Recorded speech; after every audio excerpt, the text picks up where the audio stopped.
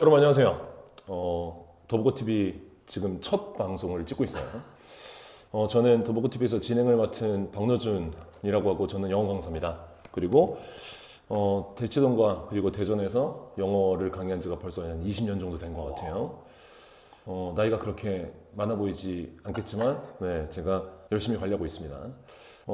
이 더보고TV는 일단 우리 학부모님들을 위한 영상이에요. 그리고 이 영상은 그쵸, 우리 때가 되면 어머님들이 거의 학원에 쇼핑 다니듯이 여기는 뭐가 괜찮고 여기 뭐가 괜찮고 이러면서 되게 혼잡한, 난잡한 정보들을 되게 다량으로 듣잖아요. 그러다 보니까 뭐가 맞고 뭐가 틀리고 그리고 학원마다 다 자기들의 입장이 있고 그런 것들에 대한 혼란을 방지하기 위해서 저희 전문가 선생님들을 한 분씩 모시고 이런 과목은 내가 이렇게 우리 아이들을 가르치는 게 맞겠구나, 그리고 이런 과목은 내가 아직 시작을 안 했는데 가르친다면 애들은 이때쯤 공부를 하고 이렇게 하는 게 맞겠구나, 이런 측면에서 정보를 드리고자 더보고TV를 아주 야심차게 개국을 하고, 그리고 제가 부끄럽지만 여러분들한테 계속 어필을 하면서도 좋은 정보 전달 드리고 그리고 피드백 받을게요. 그러니까 댓글 같은 것들로 궁금한 점들 달아주시면 저희가 반드시 그거에 대한 피드백과 그리고 제가 다 알지 못하잖아요. 그러니까 저도 공부해서 선생님들 여쭤보고 그렇군요, 그리고 모셨으면 좋겠다 라고 하는 선생님들도 제가 열심히 섭외해서 지금 우리 보이시죠? 정말 제가 이분을 첫 번째 게스트로 모신 건 오현민 강사. 네, 다시 소개하겠지만 이분은 뭐 이미 네임드죠. 뭐 수학 강사로서도 네임드지만 검색해 보시면 알겠지만 일단 제가 오늘 좀 위축되거든요. 좀 뒤에서 찍을게요. 네, 얼굴 크기와 그리고 잘생김에 상위 레벨에 계시는 기분이 나빠요. 그래서 첫 방부터 잘생긴 사람이 옆에 있으니까 그렇게 기분이 좋진 않네요. 하지만 우리 얼굴이 잘생긴 만큼 머릿속에 있는 지식 또한, 그리고 아이들에 대한 수학적 어떤 공부 방향성, 그런 것도 너무나 잘생긴 우리 오현명 강사를 첫 번째 게스트로 모시게 됐습니다. 먼저 소개 좀 해주실래요? 네. 안녕하세요. 저는 수학 강사 오현민입니다. 네, 이렇게 또 더보고TV 개국이라고 하나요? 네. 네, 개국을 너무 축하드리고요. 거창하지만 네, 또 양질의 정보를 항상 주시기 위해서 되게 노력하고 계신 걸로 알고 있어서 네, 저도 많은 기대하면서 오늘 열심히 입 좀 털다 가겠습니다. 열심히 하겠습니다. 네, 알겠습니다. 지금 뭔가 거창한 건 아니고 사실 이제 저랑 인연도 있고 그리고 앞으로 오시는 분들도 각 과목에서 제가 일단 모시고 싶은 분들을 모시겠지만 편안하게 봐주세요. 저희도 편안하게 방송을 하고 있고 그리고 사석에서는 제가 현민아 이렇게 제가 편한 관계인데도 오늘 제가 이제 같이 존대를 하면서 영상 찍는 게 저희는 사실 조금 어색할 수 있어요. 하지만 우리 보시는 분들은 편안하게 봐주셨으면 좋겠습니다. 우리 지금 수학 선생님이에요. 그러니까 아이들의 수학을 어떻게 가르칠 것인가에 있어서 학년별로 좀 다르잖아요. 네네네. 그러니까 초등학교 6학년에 해야 되는 수학 공부가 있고 중학교 1학년은 이런 수학 공부를 해야 되고 중학교 2학년은 그래도 잘한다라고 하는 애들은 아니더라도 요 정도는 해야 그래도 중학교 6학년 때 잘 준비하고 있는 거다, 그런 게 있잖아요. 사실 제 개인적인 생각은 수학이라고 하는 거는 뭔가 이 학년 때는 여기까지 해야 됩니다 라고 말하기는 조금은 어려운 것 같고, 학년 때보다는 그냥 지금 수준에 맞는 거를 꾸준히 하고 있는가가 사실 결국엔 가장 중요한 것 같아요. 그러니까 지금 우리 아이가 뭐 중1인데 중3거는 하고 있어야 된다거나 뭐 아니면 중2인데 고등학교 걸 하고 있어야 된다거나 이런 개념으로 저는 생각을 하지는 않는데, 지금 우리 아이가 만약에 중2 수학까지는 그래도 어느 정도 뭐 유형 문제들도 다 풀 줄 알고 심화 문제도 혼자 도전해 볼 수 있는 정도다 라고 하면, 그래도 이 심화 문제들을 하면서 중3 다음 거의 개념을 좀 병행한다든지 이렇게 그 다음 스텝으로 나아가기 위한 무언가를 하고 있다 라고 하면 지금 너무 잘하고 계신 거고요. 근데 그게 아니라 어쨌든 뭐 지금 사실 선행을 안 한 상태여도 상관없어요. 안 한 상태여도 이제라도 지금까지 할 수 있는 게 A단계까지 있으면 이제 B단계 도전을 하고 있다? 그럼 지금 너무 잘하고 계신 거고요. 근데 그게 아니라 뭐 계속 지금 돌렸던 걸 또 돌리고 있다. 아니면 이제 우리 아이는 A단계까지 되어 있는데 갑자기 막 좀 욕심 부려서 누가 막 C단계 한다더라 라고 해서 우리 아이 C단계를 가르치고 있다거나 이런 거는 이제 잘못됐다. 그래서 아마 오늘 또 어떤 질문이 나오든 사실 비슷한 류의 좀 답변들이 나올 것 같은데, 결국 제가 생각하는 이 수학에서의 핵심은 수학은 선행, 후행 개념도 너무 명확하고 있고 그 다음에 능력적으로 지금 우리가 할 수 있는 수준이라고 하는 게 되게 확실한 과목이라고 저는 생각하거든요. 경계선이 명확하다. 맞아요. 근데 지금 우리 아이는 여기까지밖에 안 되는데 저 위에 걸 자꾸 주입하려고 한다거나 아니면 우리 아이가 이미 여기까지 됐는데 자꾸 막 밑에 거 반복한다고 해서 크게 수학은 늘지는 않는다라는 거죠. 그래서 이제 학년 대비보다는 빨리 우리 아이의 지금 실력과 지금 우리 아이가 어디까지 좀 잘할 수 있지, 잘 이해하고 있지, 어느 정도 말로서 설명할 수 있지, 이걸 빨리 보시고 그 다음 스텝을 적절하게 밟아주는 게 항상 가장 중요하다고 생각합니다. 제가 이제 초등학교 1학년 네네. 아빠.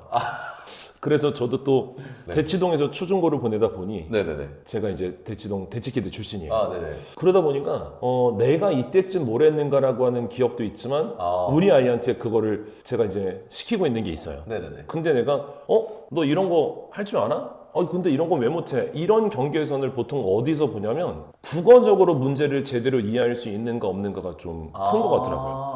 그것도 중요하죠. 그러니까 네. 연산, 뭐 더하기, 빼기, 곱셈 뭐 세 자리 하고 있고 이런 것들은 기계적으로는 내가 어느 정도 트레이닝이 가능한데 그렇죠. 근데 문제에 대한 이해를 제대로 하고 있다 안 하고 있다가 네. 그게 개념에서 심화로 가는 거에 있어서 경계선이 아닌가 싶어서 아까 말씀하신 네. 선행과 후행 그리고 애들이 단계적으로 수학을 점점 올라간다는 것도 네. 혹시 그게 국어적인 이해 능력도 포함이 되나요? 저는 근데 되게 사실 수학을 전공하시지는 않으셨잖아요. 네, 그쵸. 근데 그렇게 생각하시는 것 자체가 되게 하나의 좀 스마트한 방식이다.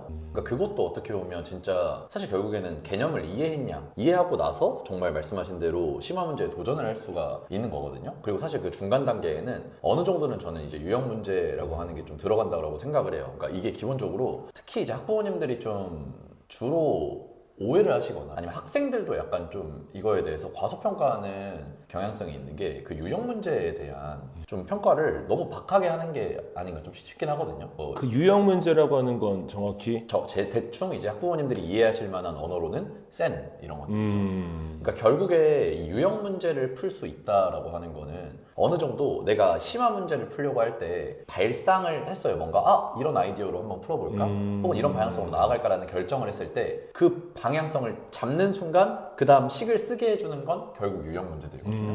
근데 그 식을 쓰게 하는 게 안 돼 있는데 뭐 무작정 발상한다고 해서 이 방향으로 해볼까? 라고 한다고 해서 식이 안 나와요 애들한테. 그건 뭐 아이의 두뇌의 문제가 아니라 거기까지는 이제 훈련의 영역이다 보니까 그래서 거기까지 돼 있다라고 하면 이제 당연히 다음 심화를 나가야 되는 거고. 컨셉을 잡았으면 컨셉을 이렇게 구체화시키고 구현할 수 있는 그런 유형 능력이 필요하다. 그렇죠. 그러니까 내가 뭔가 상상을 했으면 이 상상을 실현시킬 수 있는 어떤 뭐 툴을 안다거나 뭔가 그렇게 하는 방법을 배워놔야 되는데 그게 수학에서는 유형인 거죠. 나 이거 이렇게 풀어봐야지. 이거 결국에는 근의 개수를 구해야 되는 거구나 라는 생각이 들면 근의 개수를 구하는 방식은 유형을 통해서 판별식 써야 돼 여기까지 나와 있어야 되는 거예요. 근데 근의 개수를 구해야지 라고 판단하고 이걸 어떻게 구하지? 거기서 또 생각이 들어가면 이건 사실 아이들한테 너가 머리가 안 좋잖아 라고 하기에는 너무 가혹한 거죠.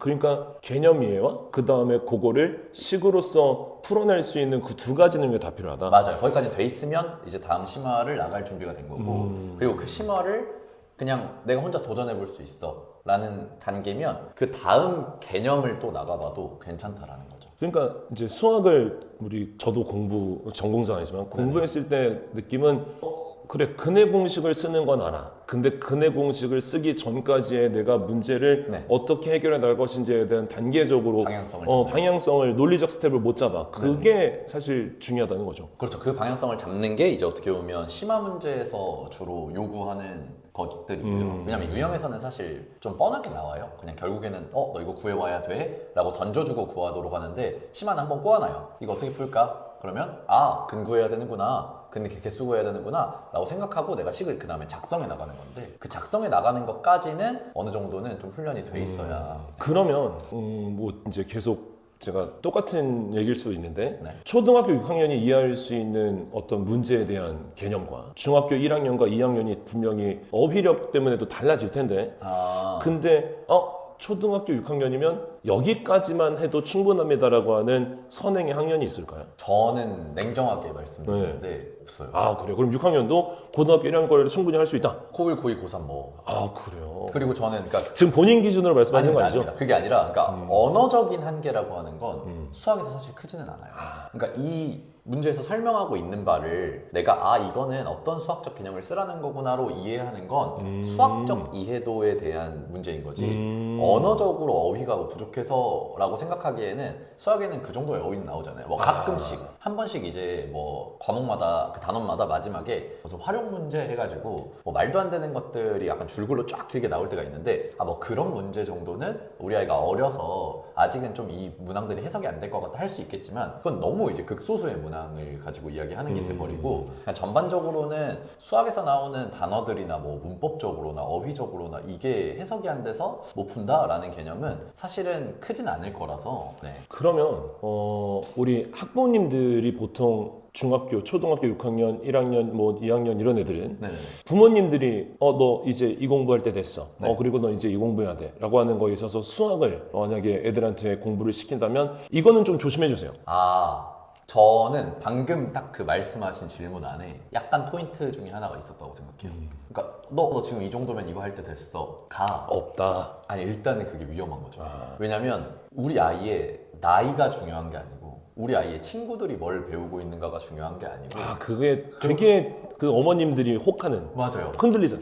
쟤는 뭐 한다더라. 쟤는 뭐 한다더라. 그럼 우리 애는 왜 그러지? 보통 그런 것들이 애들을 망치죠. 맞아요. 근데 그게 가장 위험한 거죠. 사실은. 왜냐면 그러니까 결국에 수학은 진짜 저는 꼭 알아두셨으면 좋겠는 게 무조건 순서가 중요해요. 그러니까 순서가 있어요. 정확하게 배워야 되는 순서가 정해져 있는데 이 순서를 자꾸 건너뛰려고 하시는 분들이 계세요. 뭐 일단 우리 아이 뭐 대충 그래도 뭐 중2과 한 번은 대충 훑어봤으니까 중3과 나가도 되지 않을까? 그러니까 이런 것들. 아니면은 우리 아이 이제 개념은 한번 배웠는데 친구들 다 이거 좀 심화하고 있다는데 그래도 높은만 들어가가지고 듣게 하면은 어떻게든 따라가지 않을까? 이렇게 이제 단계를 건너뛴다는. 그러니까 두 가지 중에 하나죠. 우리 아이가 그러니까 결국 수학은 전 두 가지. 이 방향성, 의 방향성 있고 종의 방향성 있다고 하면 수학 선생님. 자, 이 횡의 방향성으로서 저희는 왜냐면 행과 열로만 이야기하죠. 네네네. 네, 어쨌든 그 네, 횡의 네. 방향성을 어떻게 보면 중1, 중2, 중3 이렇게 보고 이 종의 방향성을 개념 유형 심화라고 보면은 이 개념 유형 심화는 무조건 이 순서대로 나가야 돼요. 개념이 뛰어넘을 수 없다. 네, 개념이 안 돼 있는데 유형 듣는다 안 되고요. 유형이 안 돼 있는데 심화 듣는다 이것도 안 돼요. 그다음에 이것도 마찬가지 방향성이에요. 중2 거 지금 덜 돼 있는데 갑자기 중3 거 가르친다? 그러니까 이거는 이제 사실 말도 안 되는 거거든요. 그럼 이렇게 나가는 걸 끝까지 하면 그 다음에 올린다 이런 얘기인가요? 적어도 유형까지는 나가 있고 심화는 자기가 그러니까 유형까지가 돼 있다라는 건 심화 문제를 내가 건드릴 수준은 된다라는 거거든요. 혼자 뭐 당연히 잘 안 풀릴 거예요. 잘 안 풀려도 그래도 내가 어느 정도 몇 개는 좀 풀어볼만 하더라. 좀 생각을 하려면 생각은 되더라. 정도까지 되면 다음 거 나가도 되죠. 심화까지 다 잡고 가는 건 이제 좀 무리가 있고 그래도 적어도 유형까지는 돼 있어야 위에 다음 걸 나갈 수 있거든요. 왜냐면 이 다음 걸 또 사고하는 방식이나 다음 것들을 문제를 푸는 방식이 이 앞에 거의 유형까지는 기본으로 돼 있다는 전제하에 또 가르치고 문항도 그렇게 출제가 되다 보니까 그러니까 요 순서까지는 사실 명확한 건데 이걸 자꾸 건너뛰려고 해버리면 이제 문제가 되죠. 막 무리해서 개념 듣고 또 개념 듣고 개념 듣고 막 이렇게 가버린다거나 아니면은 막 이제 개념 뭐 유형도 막 지금 막 계속 다 틀리고 있는데 어거지로 막 심화 막 이런 것들. 그래서 가장 학부모님들이 저는 제발 좀 안 했으면 좋겠는 게 사실 아이의 능력치에 안 맞게 자꾸 막 무슨 뭐 의대 반이니 근데 또 그런 거 있잖아요. 네. 우리 아이를 과소평가하는 어머니 아버님도 있지만 네. 어쩔 수 없이 우리 애는 이 정도는 해주겠지 라고 하는 그런 기대감 속에서 온갖 학원들의 레벨 테스트를 한 군데 보는 것도 아니고 막 엄청 보잖아요. 맞아요. 근데 그 중에서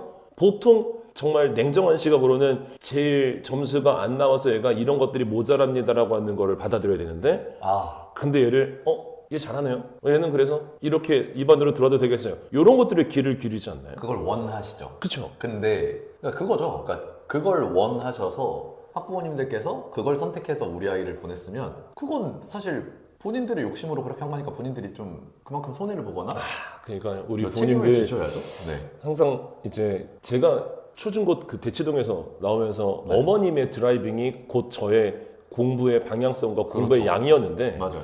감사한 것도 있어요. 초등학교 5학년, 6학년 때부터 학원을 한 6개에서 8개를 그냥 고3 때까지 쭉 다닌 것 같아요. 그러면서 저는 그러니까 자발적인 자기주도적인 공부는 아예 생각도 안 했고 그냥 학원에서 숙제를 다 끝내면 그게 공부의 끝이구나라고 생각을 했고 그러다 보니까 수학이라고 하는 것도 공부할 때 기억에 남는 게 우리 막 몇 천재, 뭐 천재, 뭐 이천재 그러면서 뭐 우리 땐 정석이 있었잖아요. 어머니 어머니들 다 정석 공부하셨죠.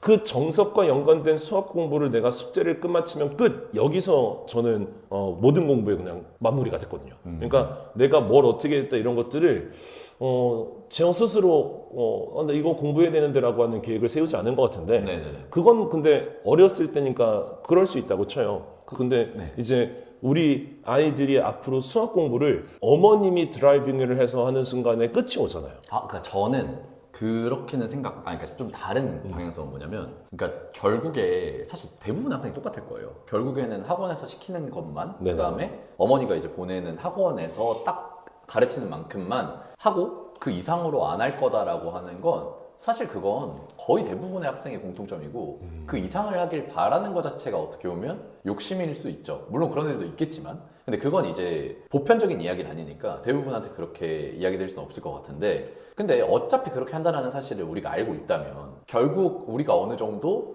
학원을 골라서 보내줘야 되고 이거 들어라라고 해줘야 된다라고 하면 그걸 얼마나 잘 선택해줄 거냐는 결국에 학부모님들의 영역인데, 그걸 잘해준다라고 하면 정말 옳은 교육을 잘 제공하고 계신 거고, 그걸 만약에 잘못된 걸 강요한다라고 하면 그건 잘못된 거죠. 근데 이제 아까 말한 게 잘못된 거의 표본이라는 거죠. 뭐 예를 들면 레벨 테스트를 5개를 봤어요. 네. 그러면 냉정하게 5개를 봤으면 거기서 3번째 정도, 딱 중간 정도로 이야기해 주시는 게 보통 우리 아이의 실력일 거예요. 제일 위랑 제일 아래는 빼버리고. 그렇죠. 사실 냉정하게 이거 2개는 좀 걸러줘야 되는데 음. 그냥 무조건 상위로 좀 편향해가지고 들어버리고 그렇게 가버리니까 수학은 이게 사실 저는 그 지금의 제 이야기가 오늘의 어떻게 보면 가장 핵심일 것 같아요. 그 수학은 자기 실력에 안 맞는 수업을 들었을 때 이제 어떤 문제점들이 생기냐면, 일단은 첫 번째로는 이해를 못해요. 그쵸? 그러니까 이해를 못하는데 이해를 못하는 걸 인정하고 싶지 않아 해요. 아이들은. 어쩔 근데 수 이거 없어요. 엄마도 그렇지 않을까요? 왜냐면 엄마도 그렇죠. 보통 우리 아이들이 뭐 요 정도 수준에서 애들이랑 있으니까 요 정도지, 얘를 조금 더 높은 수준까지 들어가면 거기에 또 맞춰서 애가 크지 않을까? 레벨업 되지 않을까? 이런 생각 하잖아요. 그러니까 그게 이제 가장 잘못된 거죠. 그러니까 이게 이해를 못하는데 인정하기 싫어하면 어떤 문제가 생기냐? 풀이를 외우기 시작해요. 이해가 안 돼서 못 푸니까 풀이를 외워서 문제를 풀기 시작하는데, 고백합니다. 저였었던 것 같아요. 진짜로. 근데 그 순간 수학은 끝이에요. 더 이상 발전이 없어요. 그러니까 이게 외워서 풀어버리면 그 문제는 풀겠죠. 그리고 마치 그 단원을 내가 할 수 있는 것처럼 생각하고 다음 걸로 넘어간다? 그러면 아까 말했던 그 문제가 계속 발생하는 거예요. 수학은 선후 관계가 너무 중요하고 앞에 거가 완벽하게 돼 있어야 다음 게 풀리는 건데, 여기서 외우고 그냥 일단 넘어왔어? 그러면 또 이거 배운다고 하는데 앞에 게 구멍이 나 있으니까 또 이해 안 될 거 뻔하죠? 또 외울 거예요. 외울 거예요. 이 외움이 중3까지 괜찮아요. 중학교 수학까지는 외워서 풀어도 다 풀려요. 근데 이게 그렇게 공부했던 애들이 고등학교 수학 딱 들어가는 순간부터 난리가 나는 거예요, 그냥. 저는 이 말씀이 영어에서도 되게 제가 공감하고 애들한테 얘기하는 건데, 네. 중학교 2학년, 3학년 때 성취도 A를 맞는다라고 하는 거는 얘네들이 꼼꼼히 이해를 하고 분석을 해서 네. 그래서 풀어내는 친구들도 A를 맞지만, 네. 영어도 그리고 다른 과목도 뭐 내신 중간고사 기말고사 한 2주 동안에 네. 완전 때려박아갖고 머릿속에 집어넣은 그렇죠. 단기 기억 장치가 아직 맞아요. 뇌가 팔딱팔딱하니까 네네. 그렇게 A를 찍어낸 애도 있죠. 근데 고등학교를 가니까 공부량이 너무나 많아지고 다른 과목들도 생기다 보니 더 이상 외우는 걸로 커버가 안 되는 거죠. 그러니까 고등학교 1학년 1학기 때 중간고사를 보고 영어도 우리 애가 이 정도는 아니었는데 어떻게 이 점수를 맞았지라고 해서 깜짝 놀라시는 학부모님들이 많아요. 수학도 그럼 이제 외우는 거에 한계가 있단 말이죠. 그 수학이 이게 약간 또 수학적 용어일 수도 있는데, 수학은 문제를 창작하는 방식 자체가 개념이 하나하나 늘수록 기하적으로 늘어요. 그러니까 이게 무슨 말이냐면 기하급수적 이거죠? 네, 맞아요. 그러니까 만약에 우리가 지금까지 10가지의 개념을 배우고 왔어요. 그 다음에 한 가지가 이번에 또 배웠어요. 그럼 11가지를 내가 알고 있으면 되는 게 아니냐? 이게 아니라는 거예요. 이미 우리가 경우의 수적으로 19, 87, 65, 43, 22를 곱한 만큼의 경우의 수의 네, 숫자를 네, 썼는데 거기에 11이 곱해지는 거예요. 하나 또 배웠다. 12가, 13이, 14가, 15가, 16이. 근데 수학이 저희가 냉정하게 중고등학교 때 배우는 개념량이 네. 못해도 그래도 소단원 기준으로만 따져도 50개 이상은 되지 않겠어요? 그러면 그렇군요. 1부터 50까지를 지금 잠깐 영상 멈춰놓고 진짜 냉정하게 1부터 10까지만 한번 곱해보세요. 머리 터지거든요. 근데 거기서 11, 12, 13, 14, 14, 50까지 곱한다고 생각을 해보고 그걸 암기로 때우겠다라는 상상을 하시는 순간 그냥 불가능이죠. 수학은 그러니까 괜히 제가 사실 다른 과목을 잘 모르는 입장에서 이런 말씀 드리는 게 조금 그럴 수 있겠지만 적어도 수학이라는 과목은 암기로는 죽었다 깨나도 못해요. 수학은 암기가 안 된다. 절대 안 네. 돼요. 네. 이거 막 뭐 하루에 5시간, 6시간, 7시간? 아니에요. 상관없어요. 외워서 못해요. 그러면 네. 우리 아이가 수학을 어느 정도 한다라고 하는 거에 대한 객관적 검증은 네. 뭐가 있을까요? 그러니까 레벨 테스트는 사실 학원 입장에서 뭐 네. 내는 시험일 수 있으니까 난이도에 대한 어떤 적정치가 안 지켜질 수도 있잖아요. 네네네. 뭐 무조건 어렵게 낼 수도 있고. 네네. 근데 뭐 굳이 학원을 가지 않더라도 네. 우리 아이가 수학을 어느 정도 하고 있구나라고 하는 걸 검증할 수 있는 방법은 뭐예요? 사실 이게 아이들이 조금 협조적이어야 되긴 하는데 우선 저는 레벨 테스트도 사실 나쁘진 않다고 생각하고요. 그건 객관적인 검증이니까. 두 번째로는 그 아이한테 잠깐! 두 번째 객관적 검증 방법은 다음 편에서 확인해 보세요.